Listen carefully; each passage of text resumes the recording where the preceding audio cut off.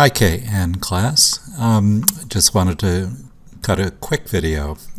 I really like the composition of getting squared up with the plane of the wall here and centering this old steel door in the middle. The symmetry is perfect on both sides of it. Everything is aligned.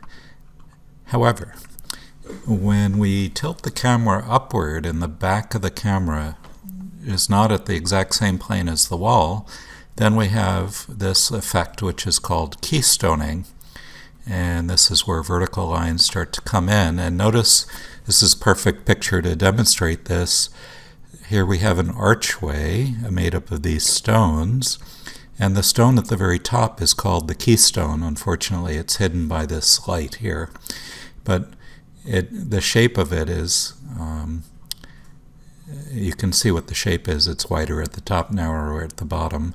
So this is a keystone that's kind of upside down, in that as the line goes this direction, it's coming narrower and narrower.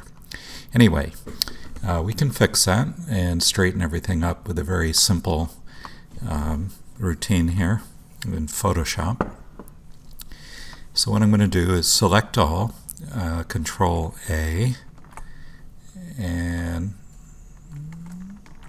here we go, and then Control T, which is the shortcut for free transform, or you can find that right here under Edit, free transform. And notice that for all these tools, where there's a shortcut, it'll state it to the right here. Okay, so free transform, and notice that the cursor has got a solid black triangle right now, and if I hold down the Control key and come up to a corner here, notice that it turned white, and that means I'm able to pull this and straighten that line up. It's going to look odd at first, and I always want to do that on this side as well. About the same amount. And good.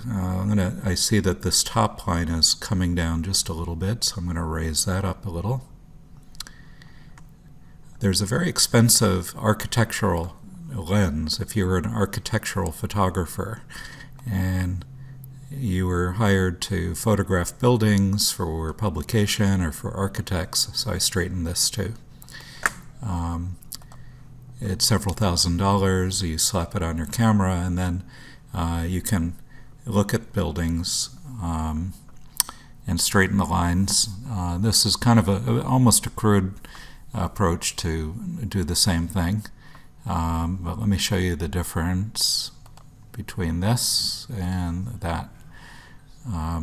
So in order to shoot this more perfectly in the camera is to try to think about holding the back of the camera parallel to the wall or parallel to the surface you're photographing, if your intention is to keep the line straight. Okay, that's it. Take care.